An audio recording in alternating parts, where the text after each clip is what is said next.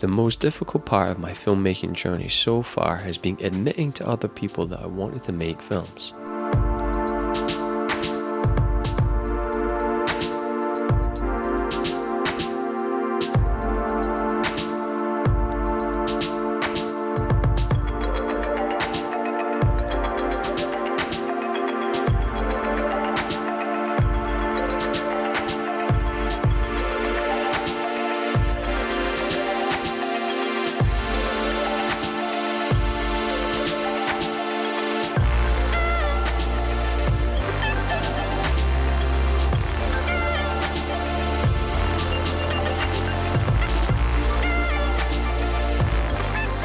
Welcome to Must See Films. My name is Darren and this channel is helping you see films differently. At the end of this video I'll share with you the most useful lessons and resources that I've came across from studying film. But for now, let's start at the beginning. The earliest film that affected me was Spielberg's E.T. My mum tells me I watched it on repeat at an early age, and I grew to fear the film when I understood what was going on, and then I grew to love the emotional power of the film. Not to mention the secondary appreciation for the filmmaking craftsmanship. So at a very young age, I had the experience of being profoundly connected to a film and also scared by a film. And even though some films scared me, I was so curious about films. I remember seeing the VHS cassette in the video cupboard with the handwritten title of Speed along the side. Now, being a massive rollerblading and Sonic the Hedgehog fan at about 5 or 6 years old, the title grabbed me. But my dad said I was too young to watch it, so this made me even more curious and I snuck the tape out and played it. Well, I mean, I had to rewind it first, but then I played it, and I immediately turned it off when this happened.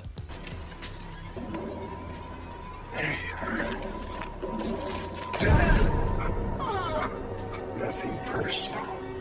But our fascination with movies and creative things continued. I don't know if anybody ever remembers this, but I spent a lot of time exploring a game called Dance EJ, making my own music from kind of sample beats, which basically taught me the initial tools of editing. But around 10 or 12 years old, what I really wanted to be was a comic book artist. I never had a favourite run of comics. It was the images, the pictures that captured my attention, and I would copy and draw all my favourite characters.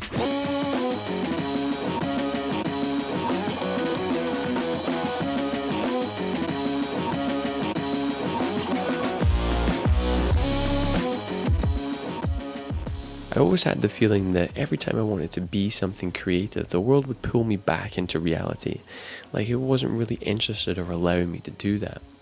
Speaking to my high school careers counsellor years later, I told him my ambition to be this comic book artist, and I was devastated when he told me that they already have people for that and you should join the army.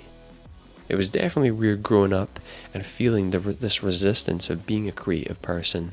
I didn't really know anybody else who did a creative job or even a hobby. Everybody else was just into their jobs and just seemed miserable.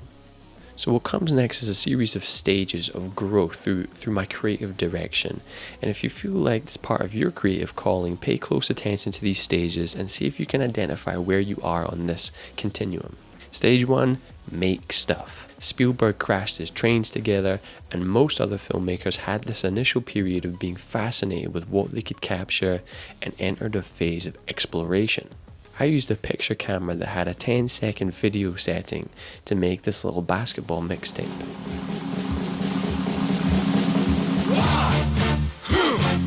Yeah. What is it good for? Absolutely nothing. Messing around with your friends and making things up was great, but the best part for me was the editing.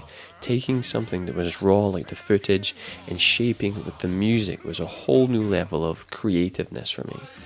At this stage there wasn't much concern for narrative, it was just cool stuff that you could put together with your friends. Stage 2, inner doubt. I continued to dabble and make fun videos, but it really occurred to me 3 years into my 4-year course at university on a completely unrelated subject that maybe one day I wanted to climb this filmmaking ladder. And a rush of fear and panic came over me when I worried that I might become successful and then realized my ladder was up against the wrong wall.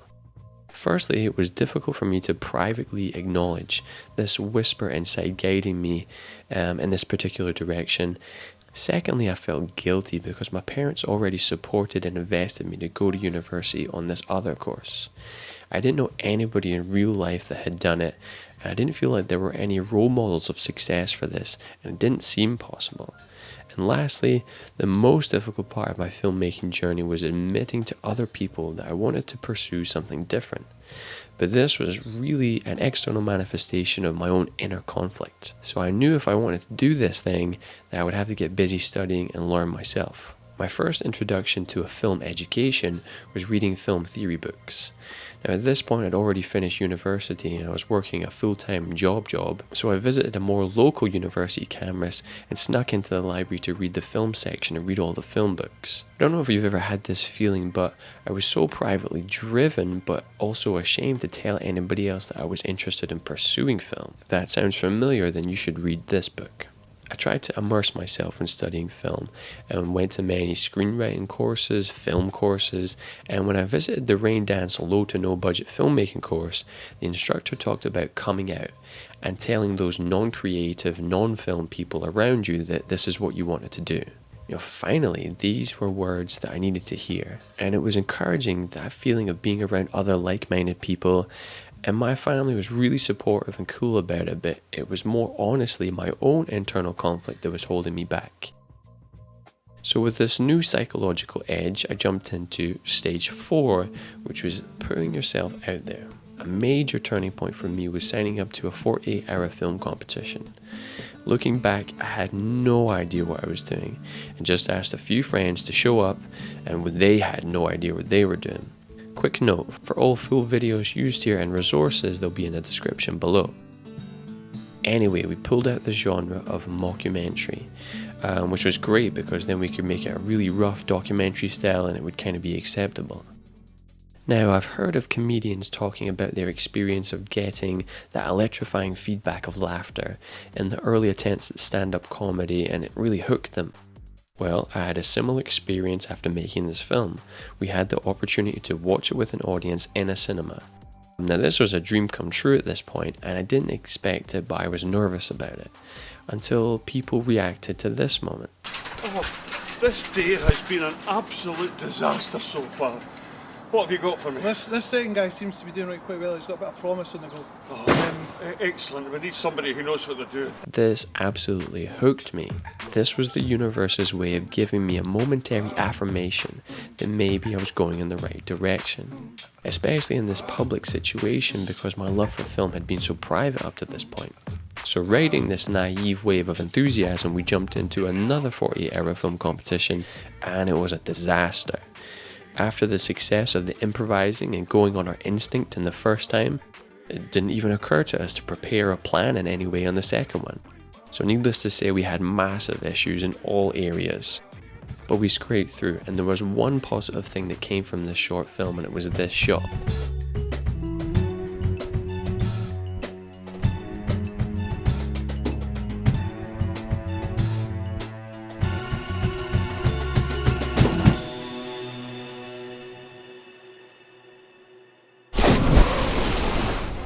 Required 2 cameras, a bridge, a rope, a projector, a bucket of water. With this experience of stumbling, I entered stage 5, which is get serious and knuckle down on the studying. Now they say it takes 7 years to be an overnight success in Hollywood, and that Richard Linklater watched about 3 films a day for years and years as part of his film education. And if you study Robert Greene's Mastery, it clearly talks about how Da Vinci and other artists go through a period of 20 to 30 years of honing their craft.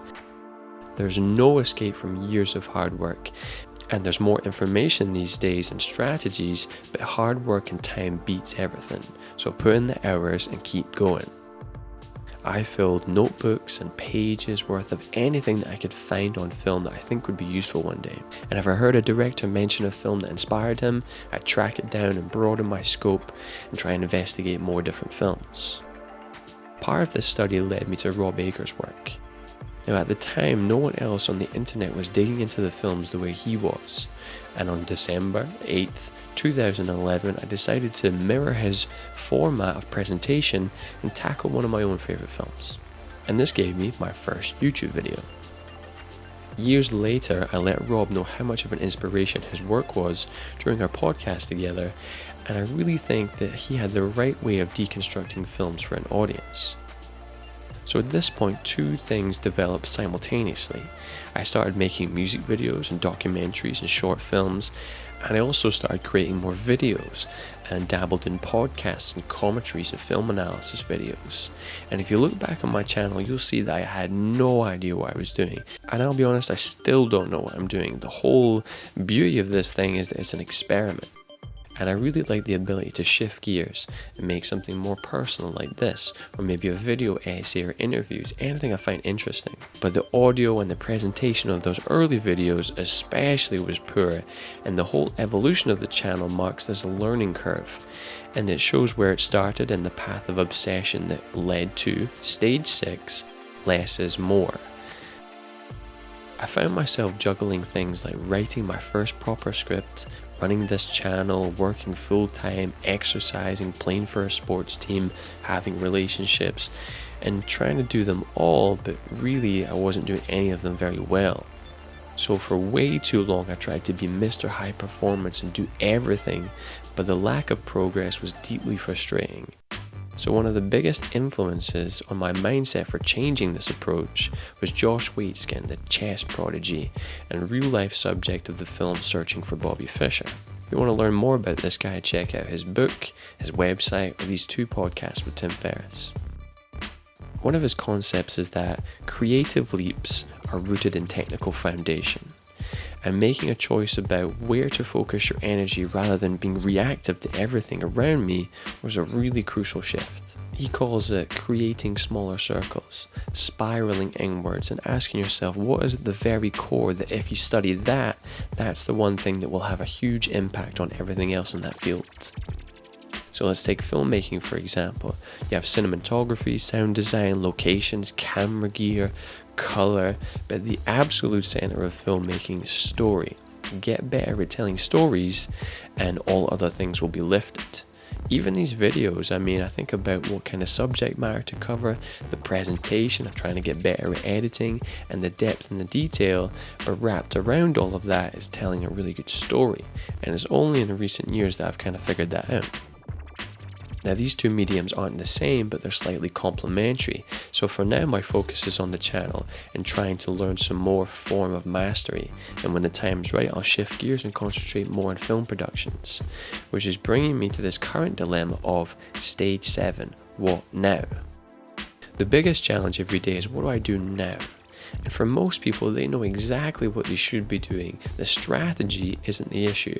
It's the story that they're telling themselves that's kind of blocked them, or maybe their miserable negative state that kind of imprisons them. But another issue I ran into was this dreaded pressure of time, and I needed to do everything like right now. Well, I'll be the first to tell you that this life isn't a run-through, but for people who overestimate what they can do in one day, but dramatically underestimate what they can do with a lifetime. So if you seek them out, there are people in their later years who are still fired up and full of passion about their craft. Do I need the buildings in the background? Should I shoot over the cars? Should I shoot right by the cars? I'll go this way. Now he's in the shadow. I'll move over this way. Put it down on F4. Get ready when he goes by a certain section there. Focus on the cars already. Wait for that guy to go by. Look the other way. I don't want to disturb this guy. And then when he goes by, I can make the shot, but it's no good, so I didn't take it. People like John Free, street photographer. Listen to this guy for 5 minutes and you will see that he has a rare passion that drives this man, a true inspiration and example of somebody who's doing something they absolutely love with a lifetime of work behind them and is still pursuing it. My biggest frustration is wishing I'd known an example like this when I was younger. And what a shame it is that he's the rare example. Why don't more people follow their heart and put in the work? I don't know the answer to this question, but for me, it was myself that was holding me back. So the more I can learn and unblock in my own psychology, the more I seem to move forward. So here's the takeaway, here's the things that I found most useful for developing myself as a filmmaker and that have made a difference for me. Number 1, put yourself out there. It's one of the main reasons I continue to release videos, which this channel originally started as a byproduct of my own study and then kind of turned into this other thing. But when you put yourself out there, things take on its own form and you need to be taken on that journey. Number 2, study story. Film gear and cameras are awesome, so are creative metaphors and visual motifs, but story is king. So let's get serious about that. Most of my videos in the last year have been making a shift about what to focus on, because story is the most important thing. Number 3, get around like-minded people. People's lives are a direct reflection of the expectations of their peer group. Thank you, Tony Robbins, but it's the absolute truth. Get around people who are playing life on a higher level if you want to grow. In terms of resources or further study, here's the best things I've came across. Number 1, making movies. Now, I've read a lot of film books, a lot, and this one is something else. Thank you, Sidney Lumet. Number 2, deconstructing Finding Nemo. To really understand how a film worked, I went beat for beat through an entire film, taking notes and color coding different story aspects, and to have Andrew Stanton, director of this film, respond by saying that this video was 100% spot on about the story made me feel like I was onto something. Do this process with any film. Number 3, 30 Years at His Side, a book about Stanley Kubrick and his assistant. Even if you're not a Kubrick fan, this book is a great behind the scenes of everything that it took to make something happen, and the day-to-day opportunities in operation and struggle that all filmmakers go through. This commentary track to The Graduate, this lets you see in real time what is going on and why it is happening. This is a mind-blowing commentary, definitely check it out. Number 5, breaking down Michael Clayton. I took notes on every single scene of Michael Clayton by watching the scene and then asking myself these questions. By going through this mental exercise, it really showed me all of the different elements that were being juggled in every scene. So I'm probably still in the very early stages of my filmmaking journey and still don't really know what I'm doing. But hopefully this video will be useful for people, because I know a younger version of myself needed to hear this kind of encouragement. So to all of the filmmakers out there, put in the time and keep going.